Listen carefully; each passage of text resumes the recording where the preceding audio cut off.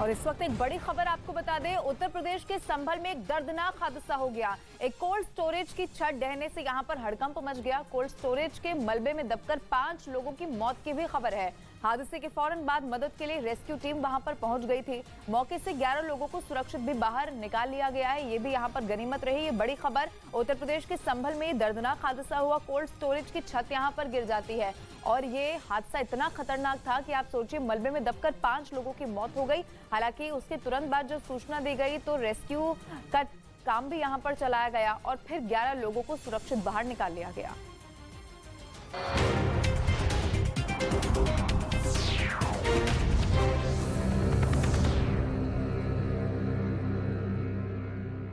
Районами, которые имеют ограниченный статус для... रूस ने अमेरिका से ये सवाल भी पूछा कि अगर न्यूयॉर्क के करीब कोई ड्रोन उड़ान भरेगा तो उसकी वायुसेना क्या करेगी, क्योंकि रूस के मुताबिक अमेरिकी ड्रोन काला सागर में क्राइमिया के करीब उड़ रहा था, जिस पर 2014 से ही उसका कब्जा है और सुखोई से टकराने के बाद वो क्राइमिया से 120 किलोमीटर दूर समंदर में गिर गया, जहां से उसके मलबे को निकालने के लिए रूस ने कमर कस ली है। अमेरिका के न्यूज चैनल CNN ने तो दावा किया कि रूस की एक टीम काला सागर के उस हिस्से में पहुंच भी चुकी है जहां ड्रोन गिरा था, लेकिन अमेरिका ने भी ताल ठोक दी कि वो अपने आधुनिक MQ-9 रीपर ड्रोन के मलबे को गलत हाथों में नहीं पड़ने देगा।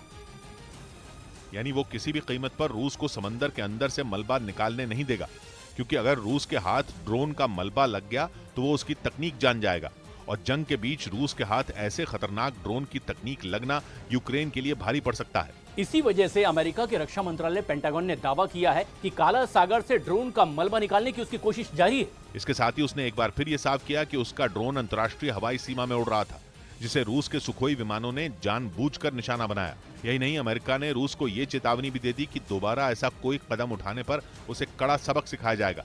इधर अरुणाचल प्रदेश के पश्चिम कामेंग जिले के पास सेना का एक चीता हेलीकॉप्टर क्रैश हो गया। इस हादसे में हेलीकॉप्टर के दोनों पायलटों की मौत हो गई, क्योंकि हेलीकॉप्टर के नीचे गिरते ही उसमें आग लग गई। सेना के चीता हेलीकॉप्टर का संपर्क उड़ान भरने के कुछ देर बाद ही एयर ट्रैफिक कंट्रोल से टूट गया और इसके कुछ ही देर बाद हादसे की जानकारी मिली। ऑकस देशों के बीच हुए परमाणु पनडुब्बी की डील पर फ्रांस भड़क गया। वहां के राष्ट्रपति ने बेझिझक होकर बोला कि यह डील परमाणु टकराव को बढ़ावा दे सकती है।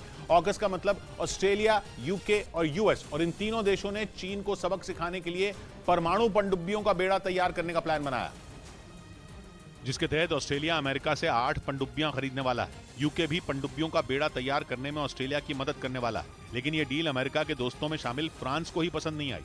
फ्रांस के राष्ट्रपति मैक्रोन ने बयान दिया कि ऑकस देशों की डील परमाणु टकराव को बढ़ावा दे सकती है और इस डील से ऑस्ट्रेलिया की संप्रभुता खतरे में पड़ जाएगी, क्योंकि परमाणु पनडुब्बियां बनाने में ऑस्ट्रेलिया का कोई रोल ही नहीं होगा और वो केवल उन्हें खरीदेगा।